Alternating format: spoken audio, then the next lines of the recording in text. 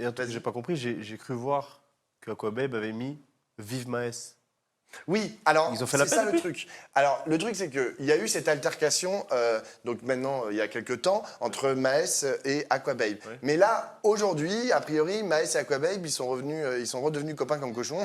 Et, et donc il a publié des captures d'écran de leur DM montrant que, a priori, ils étaient plutôt redevenus super amis. Et qu'il y a Aquababe et Maës en fait d'un côté et Rima de l'autre. Est-ce qu'Aquababe risque quelque chose du fait d'avoir diffusé cette vidéo à l'insu de Rima? Peut-être, hein, on ne peut pas le savoir, mais avec quelqu'un de proche qu'elle a enlacé, on ne sait pas quelles sont leurs relations et à la rigueur, ça ne nous regarde pas. Ou est-ce qu'il risque quelque chose pour avoir insulté une parlementaire?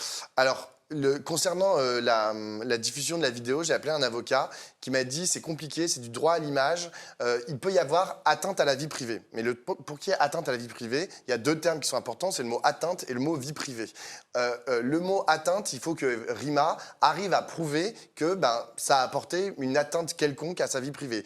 En l'occurrence, vu le nombre de tweets qu'il y a eu de haine à son encontre, on peut dire que potentiellement il y a eu atteinte. Le problème, c'est vie privée aussi, parce que elle est en marge d'une manifestation. Est-ce qu'elle est dans une le cadre de personnalité l'exercice publique. de ses fonctions? Exact.